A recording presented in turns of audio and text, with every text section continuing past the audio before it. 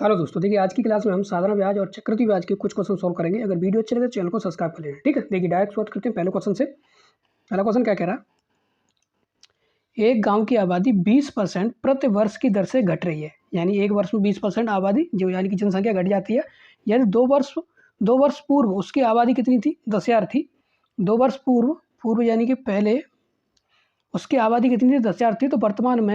तो वर्तमान आबादी कितनी है, हमको वर्तमान जनसंख्या जो है वो कितनी है वो बतानी है हमको, ठीक है। तो देखो इसको कैसे करेंगे, इस तरीके क्वेश्चन को हमको क्या बतानी है, वर्तमान आबादी यानी कि जनसंख्या, ठीक है। तो देखो क्या करेंगे, यहाँ से क्वेश्चन को पकड़ो। 2 वर्ष पूर्व कितनी थी, 2 वर्ष पूर्व कितनी थी, 10,000। तो पहले ये 10,000 रखो, ठीक है। ये पहले साल में कितनी 20% की दर से घट रही है, यानी पहले साल 20% कम हो रही है। तो 100 में से जब 20 माइनस करोगे तो कितना बचेगा, 80%। परसेंट हटा के नीचे लगा देंगे हम 100। ये तो रही पहली साल की कंडीशन। तो ये क्या 2 वर्ष के लिए, फिर अगली साल फिर 20% घटेगी, तो यानी 100 में से 20 माइनस कर देंगे तो 80 बचेगा। 80% परसेंट हटाएंगे, नीचे लगा देंगे हम 100, ठीक है। अब देखो 1 0 2 0 1 0 2 0, ये 4 जीरो हो गए। ये 4 जीरो से ये 4 जीरो कट कर दो। 8 का 8 में गुणा करेंगे कितना हो जाएगा, 64। पीछे कितनी जीरो है, 2।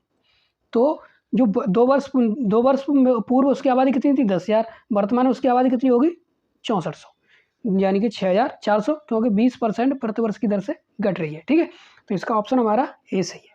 इस टाइप क्वेश्चन को ऐसे सॉल्व कर देंगे। बात करते हैं क्वेश्चन नंबर सेकंड की।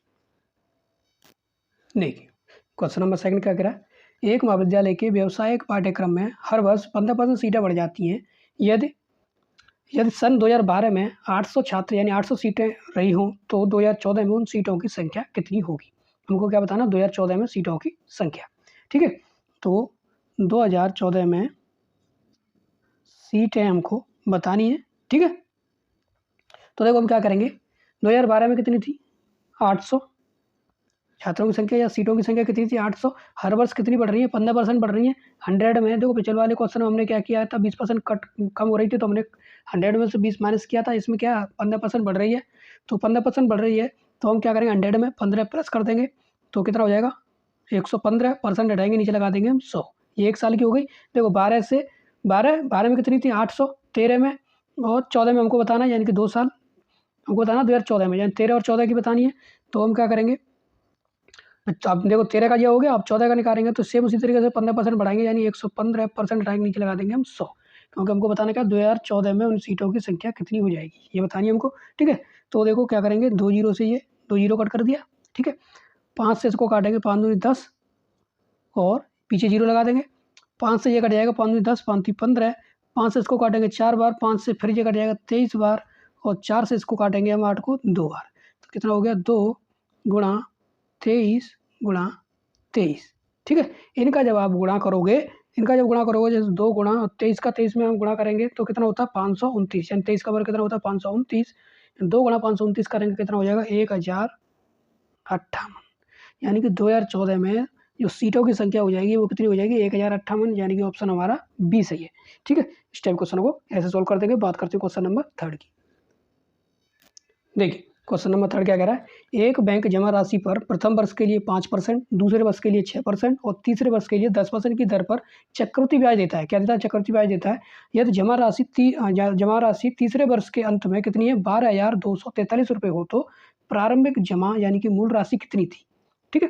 तो इस तरीके के क्वेश्चन को देखो कैसे सॉल्व करेंगे। प्रारंभिक जमा यानी मूल राशि जो थी वो एक्स मान लो, ठीक है।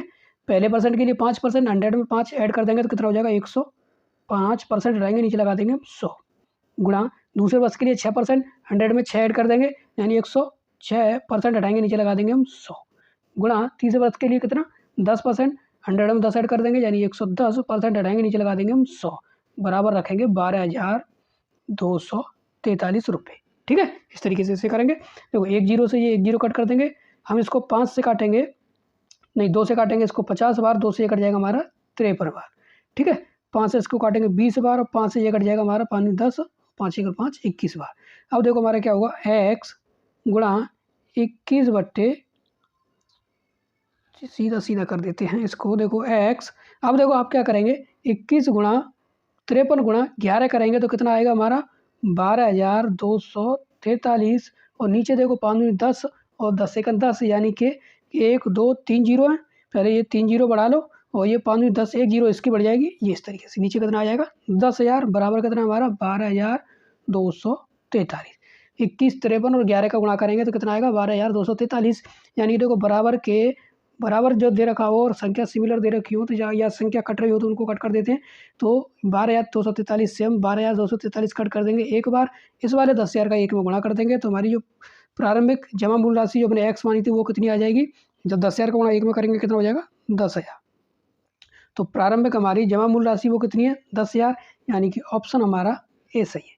इस टाइप क्वेश्चन को ऐसे सॉल्व कर देंगे। बात करते हैं क्वेश्चन नंबर 4 की।